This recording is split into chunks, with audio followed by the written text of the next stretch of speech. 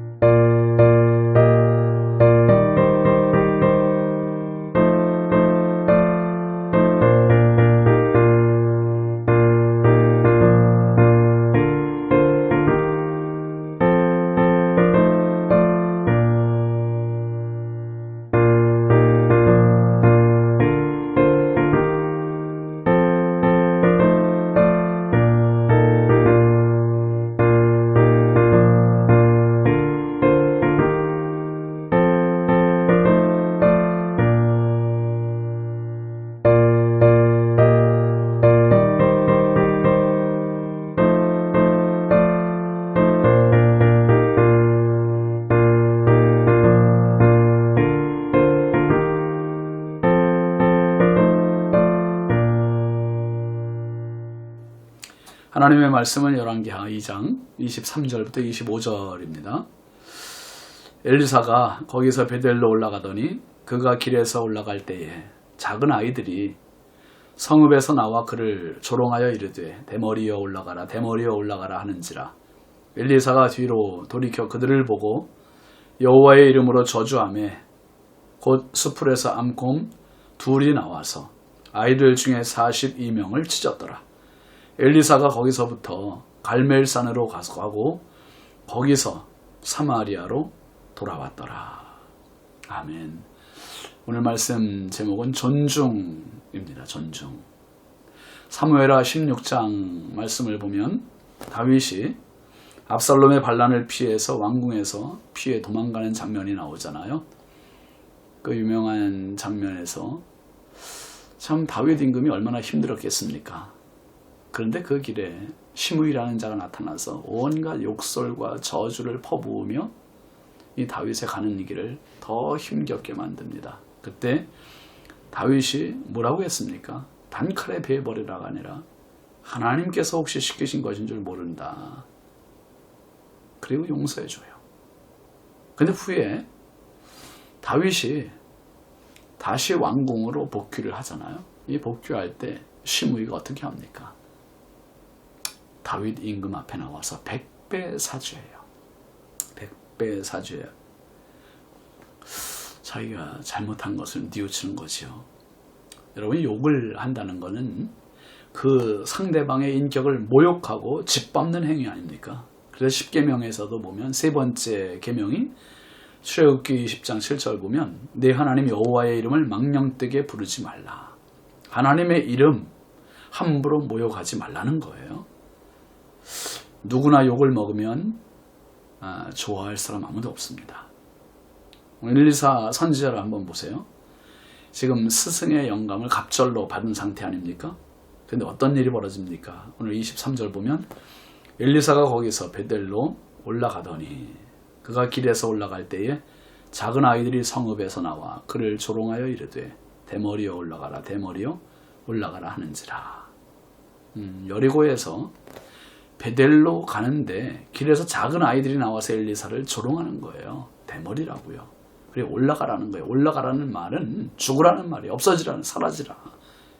그리고 그 스승의 스승인 누굽니까? 엘리야 선지자가 승천하는 것을 아주 과소평가하고 비아냥거리는 그러한 모습입니다. 특별히 여기서 작은 아이라는 말은 당시 신앙적으로도 또 도덕적으로 심각하게 타락한 그런 사람들을 가리킨다. 그렇게 보시면 또 좋겠습니다. 당시 여로보암 때 단과 베델에 제단을 만들고 우상 숭배를 했던 지역이었잖아요. 근데 지금 이들이 베델 사람들이라는 것을 말로 볼 때 충분히 이들은 하나님을 무시하는 사람들이었음을 뒷받침해 주는 말씀입니다. 그리고 여기서 이제 그 엘리사 선지자가 이런 모욕적인 말을 듣고 나서 어떻게 합니까? 24절 보시면 엘리사가 뒤로 돌이켜 그들을 보고 여호와의 이름으로 저주하매 곧 수풀에서 암곰 둘이 나와서 아이들 중에 42명을 찢었더라. 엘리사는 뒤로 돌이켜 자신을 모욕하는, 그리고 모욕하며 따라오는 그들을 바라봐요. 그리고 그들에게 하나님의 이름으로 저주합니다. 그런데 전혀 뜻밖의 일이 발생해요. 수풀에 있던 암곰 2마리가 나타나서 그 욕하던 자들, 조롱하던 자들 중에 42명이나, 이거 엄청나잖아요. 42명을 죽였어요. 무서운 징벌입니다. 하나님은 하나님의 백성들과 하나님의 종들을 놀리고 비방하는 것들을 결코 좌시하지 않으세요. 북이스라엘이 지금 영적으로 얼마나 타락했는지를 보여주고 있는 겁니다. 정말 하나님의 사자를 이렇게 무시하고 이렇게 조롱하고 이렇게 비하하고, 여러분 존중이 지금 많이 사라지는 그런 시대 아닙니까? 젊은 사람들이 어른을 존중하는 마음이 상실되고, 제자가 선생님을 존중함이 상실되고, 자식이 부모님을 존중하는 마음들이 상실되고, 자기 마음이 안 맞으면 즉흥적으로 해대는 그런 시대입니다. 참 안타까운 건 이런 풍조가 점점 확산되고 있다는 거예요. 특히 교회에도 예전에 없던 이런 모습들이 많이 드러나고 있습니다. 성도는 하나님이 세우시고 부르신 주님의 사역자들을 존중하고 사랑과 신뢰로 섬겨야 합니다. 바울 사도가 디모데전서 5장 17절 말씀에 보면 이렇게 충고하고 있습니다. 잘 다스리는 장로들은 배나 존경할 자로 알되 말씀과 가르침에 수고하는 이들에게는 더욱 그리할 것이니라. 목회자들이죠. 그 당시에 장로는 지금의 목회자인데요. 배나 더 존경하래요. 그리고 말씀과 가르침에 수고하는 이들에게는 더욱 존경하라. 그렇게 말하고 있습니다. 존경과 사랑, 이것은 목회자와 성도 사이에 서로 주고받을 수 있는 축복의 선물이고 관계입니다. 목회자는 성도를 사랑하고 성도는 목회자를 존경하고, 얼마나 귀한 모습입니까? 여러분, 시대가 점점 악해질수록 존경이 사라지고요, 사랑이 사라집니다. 우리 한번 다시 이 존중의 마음을 회복했으면 좋겠어요. 예전에 저희 어머니 시대에는 정말 무엇이든지 먹는 거 하나만 생겨도 그저 목사님 댁 먼저 갖다 드려요. 그 작은 행동이지만 그 행동 안에는 이미 존중의 마음이 깔려있기 때문에 주의 종, 주의 사자를 잘 대접해야겠다는. 여러분, 오늘 부족한 저는 성도들을 사랑하고 성도님들은 종을 존경해주고, 이 관계는 누구를 위해서가 아니라 하나님 앞에서 하는 겁니다. 존중과 사랑이 살아있을 때 그 교회는 살아있고 또 그 시대는 살 수 있는 겁니다. 오늘도 이 마음 가지고 하나님께 마음껏 영광 돌리는 우리의 삶이 됐으면 좋겠습니다. 기도합시다. 하나님 아버지, 감사합니다.